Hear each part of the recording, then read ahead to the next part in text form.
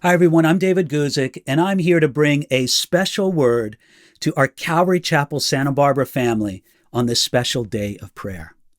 Our present moment seems completely new and strange. After all, many of us have never faced anything like this before, but as believers, our present moment connects us both to the past and to the future. You see, in the past, God's people has faced uncertain times of plague and pestilence. I see this in Psalm 91. For example, in 3 times in Psalm 91, there's a mention of plague or pestilence. For example, this mention in verse 10 of Psalm 91 says this: "No evil shall befall you, nor shall any plague come near your dwelling."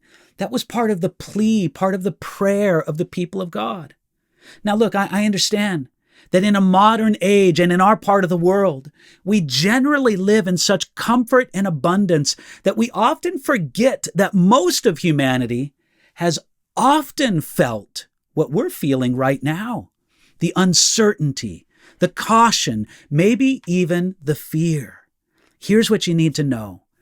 God has been with his people all through the past in such times, and he will be with us through this.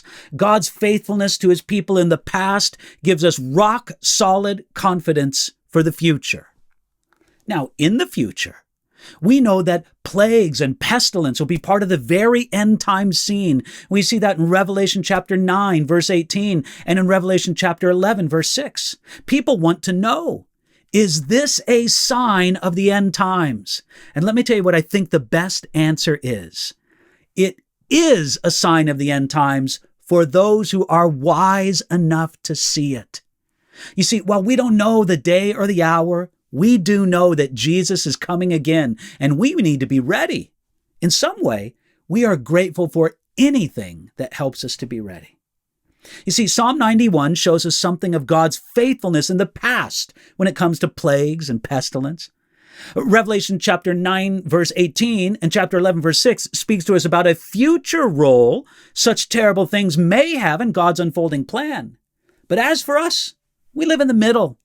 The present moment gives us great opportunity to trust God and to give him glory. But it won't happen by accident. It happens as God's people turn to their God, trust him, and pray for God's great power and love to be shown in the midst of this crisis. This is, I believe it with all my heart, this is a for such a time as this moment for our church family at Calvary Chapel, Santa Barbara.